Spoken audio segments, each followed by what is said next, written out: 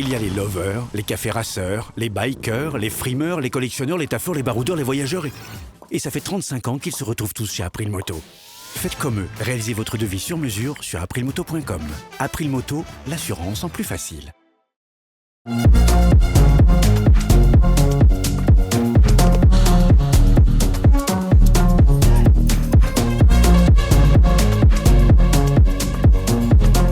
Bienvenue sur le repère des motards pour cet essai de la SRK 800.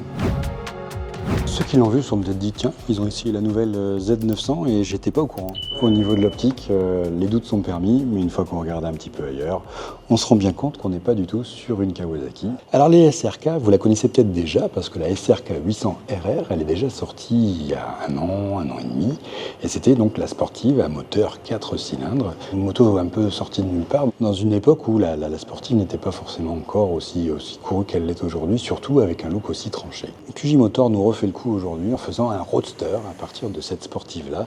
On reprend une architecture et on enlève le carénage. On avait précédemment un cadre en acier. Là, maintenant, la grosse nouveauté 2025, aussi bien pour la SRK 800 que pour la SRK 800 RR, c'est l'adoption d'un cadre en aluminium. Et donc cette moto, elle a un ADN un peu sportif et c'est logique puisqu'elle est donc dérivée de la RR et elle reprend toute son architecture, y compris les commandes au pied qui n'ont pas été modifiées.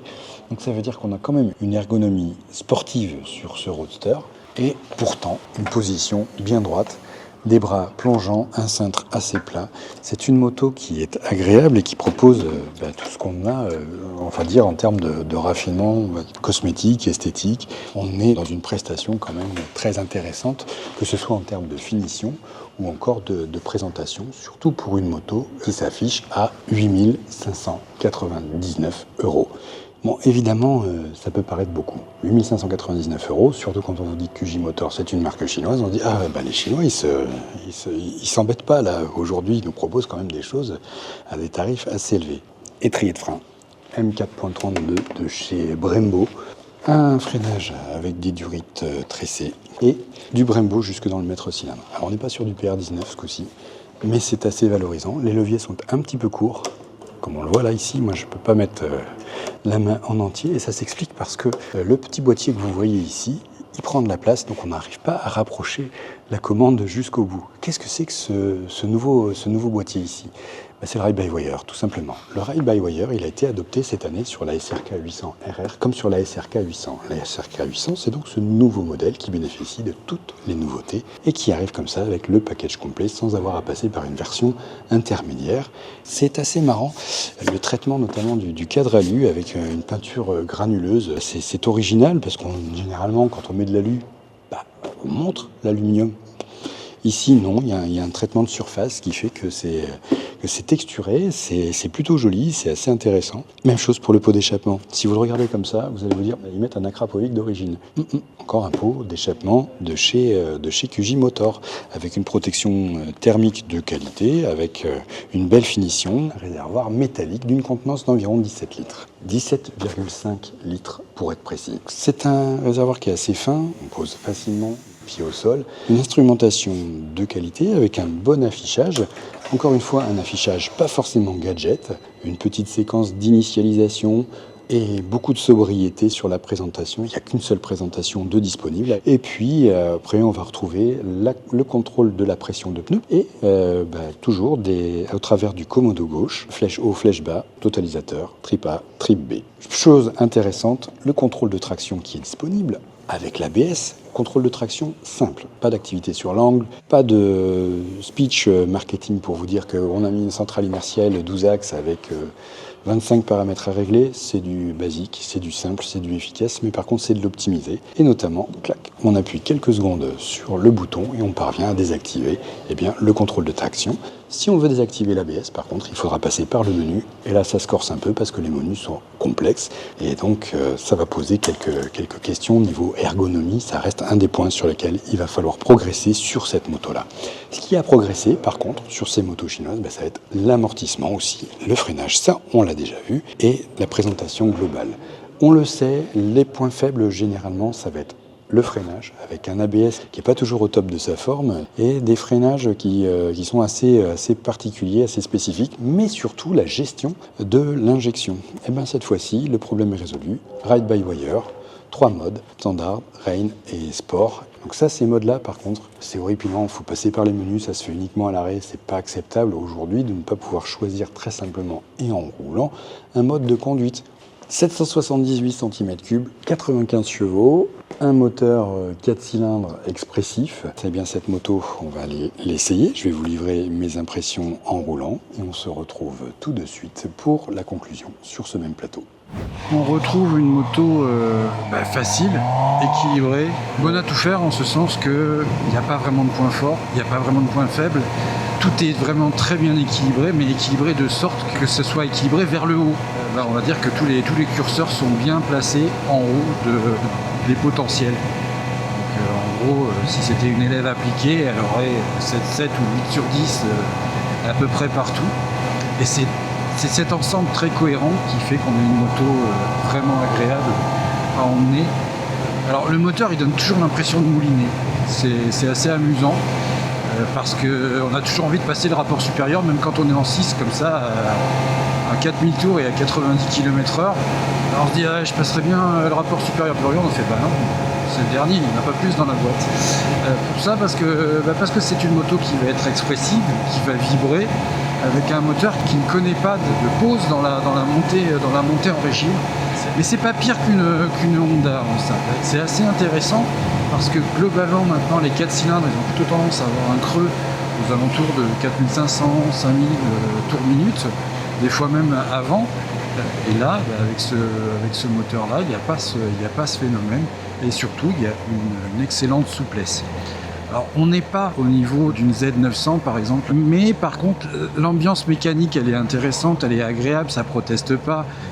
Au niveau des suspensions, je trouve que la fourche est ferme. Donc si vous avez des bosses sur vos itinéraires favoris, il va falloir penser à changer un peu ce setting. Mais par contre, ça a globalement une très bonne prestation. La seule chose qu'on pouvait lui reprocher à la base, c'est ce petit piochage sur certains virages serrés dans lesquels on va retrouver ce comportement trop raide de la fourche qui va priver d'un feeling vraiment parfait du train avant. Ça mériterait d'être un tout petit peu assoupli parce que c'est vraisemblablement pas la pression des pneumatiques qui va changer. Après, ce propos il est à nuancer en ce sens que les motos qu'on a sont raides neuves. Il n'y a pas grand chose à reprocher à cette motorisation, si ce n'est peut-être un petit peu de temps en temps.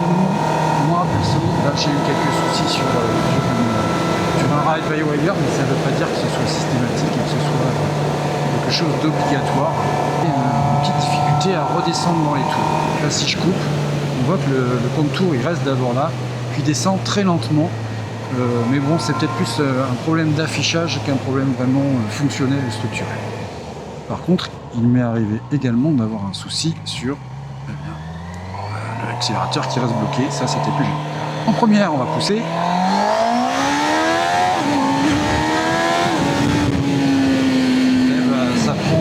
Ça prend près de 100 km/h, 105 km/h en première. C'est une première qui est assez longue. La moto, elle a vraiment du panache, elle a du punch, elle a du peps. Et ce moteur, il est expressif, moi, je le trouve bien dimensionné pour se faire plaisir. Et même en version A2, il promet quand même d'avoir quand même du répondant. Parce qu'on n'est pas obligé de monter vraiment dans les tours pour avoir des réactions et de la réactivité. Donc il y a une bonne petite personnalité niveau moteur et puis cette possibilité quand même d'avoir une belle souplesse. D'autant plus que la boîte de vitesse elle est assez agréable, les rapports passent bien, sont plutôt bien étagés et elle est secondée par un shifter. Et le shifter pour sa part il fonctionne vraiment très bien. On a une bonne notion de confort et de manière très surprenante. On ne prend pas trop d'air dans le casque. La moto, elle est rigoureuse, elle fait exactement ce qu'on veut, elle se place là où on veut. Si on veut un peu plus de rondeur, un peu plus de souplesse, on peut passer en mode normal, plutôt que d'avoir ce côté très réactif et presque vif du côté du mode sport. Ça n'a pas d'incidence sur le contrôle de traction. Le contrôle de traction, il est, on va dire, si ce n'est absent, du moins très discret. Ça veut dire aussi que le pneu, aussi bien que la qualité du pneumatique et puis la taille du pneumatique, ils sont bien adaptés. Donc c'est vraiment la moto confiance. Et un freinage qui est performant, la preuve. Voilà. Un freinage, vous pouvez le constater, ça en soulève la roue arrière sans qu'on ait de blocage, sans qu'on ait de problème particulier. Et on se dit même que les débutants, ils vont pouvoir vraiment s'amuser, qu'il y aura largement de quoi faire et qu'il n'y a pas trop de questions à se poser. C'est une vraie redécouverte. Un 4 cylindres qui ne connaît pas de creux, qui ne connaît pas d'hésitation, il va avoir cette nervosité, ce côté très sportif quelque part, mais entièrement exploitable et puis modulable au travers des modes de conduite. Une fois qu'on l'a mise à sa main, c'est la sienne, on peut composer avec. Justement, ce petit ride-by-wire, moi, je l'ai trouvé à la fois bon, avec une bonne gestion de la poignée, une poignée à tirage court, une poignée qui offre une bonne résistance, ce qui fait qu'on dose vraiment ces gaz, mais quelquefois encore une difficulté à redescendre dans les tours une fois qu'on coupe les gaz. Ça n'était que probablement lié à, on va dire, la mise en service du modèle que j'avais. Un modèle particulièrement attachant. La moto est très bien équilibrée, elle est agréable, et une fois qu'on est en selle, malgré les 206 kg à peu près qui sont revendiqués, elle est légère, elle est agile. La direction, elle tourne vraiment très très simplement. On a un rayon de braquage qui est intéressant. C'est même une moto que j'ai vraiment appréciée. Ce que j'ai moins apprécié par contre, ça va être l'amortissement. La fourche, elle est assez paradoxale. D'un côté, elle est assez ferme, mais elle va demander, là encore, d'être réglée pour vraiment arriver à livrer une prestation parfaite, on va dire, sur la route. Alors ça reste de l'ordre du peaufinage. Peut-être également au niveau des pneumatiques, parce que ce sont des pneumatiques routières sur un roadster qui est quand même plutôt sportif de nature. On a des Pirelli Angel GT. Je pense que pneumatique plus réglage de la fourche permettrait d'obtenir un niveau de sérénité largement supérieur. Alors, quand je dis largement, c'est peut-être un peu un abus de langage. Allez, on va dire un peu plus de sécurité. Parce que cette moto, elle n'est pas vicieuse du tout. On en fait vraiment ce qu'on veut. On arrive complètement à l'exploiter. La première, elle pousse jusqu'à 100 km/h. Ensuite, on évolue 130. Puis, par pas de 15-20 km/h, on arrive à des exploitations vraiment intéressantes de la plage moteur. Et pour un roadster, comme elle est dérivée d'une sportive, la garde au sol, ça m'arrive très rarement, mais je ne suis pas parvenu à frotter les repose-pieds. Pour le reste, la boîte de vitesse est assez agréable, plus agréable en tout cas que sur la 921 RR. Elle est souple, le shifter marche très très bien. Ça veut dire que l'électronique est bien conçue. On a pu le constater également au niveau du contrôle de traction qui n'est jamais intervenu. Dans les points positifs, je dirais que c'est une moto surprenante, avec une architecture qu'on n'a pas forcément l'habitude de voir sur un roadster aujourd'hui. Même avec toute cette panoplie de motos qui me sont passées entre les mains, je trouve que là, on a trouvé un bon équilibre et qu'il n'y a pas vraiment de fausses notes. Dans les points négatifs, qu'est-ce qu'on va trouver ? Le ride-by-wire qui peut-être est perfectible. Il y a éventuellement l'optique avant qui ne rend pas forcément justice à ce modèle, sachant que ça fait penser à une autre moto alors qu'elle propose et qu'elle a quelque chose qui est de l'ordre de sa propre identité. On va également noter les vibrations. On les ressent au niveau des repose-pieds, on les ressent dans le fessier, on les ressent dans le guidon, mais pas trop dans le réservoir, donc dans ce qu'on a au niveau des jambes. Est-ce que c'est le bon tarif ? Peut-être que ce sera à vous de voir ce que vous êtes prêt à faire et à mettre dans ce style de moto. Mais ce package-là, il est déjà bien abouti, bien cohérent. Elle est très capable de vous emmener fort, en concurrente, bien entendu. On peut envisager soit d'un point de vue tarif, soit d'un point de vue architecture moteur. Si c'est d'un point de vue architecture moteur, principalement en face Z900. Look similaire, tarif plus élevé, électronique plus performante pour la japonaise. Si c'est au point de vue du tarif, Hornet 750. Et là, on est sur un bicylindre, mais encore une fois, une tête un peu similaire et des possibilités d'affronter, notamment au niveau de la puissance, puisque le moteur fait 70 kW et donc 95-96 chevaux.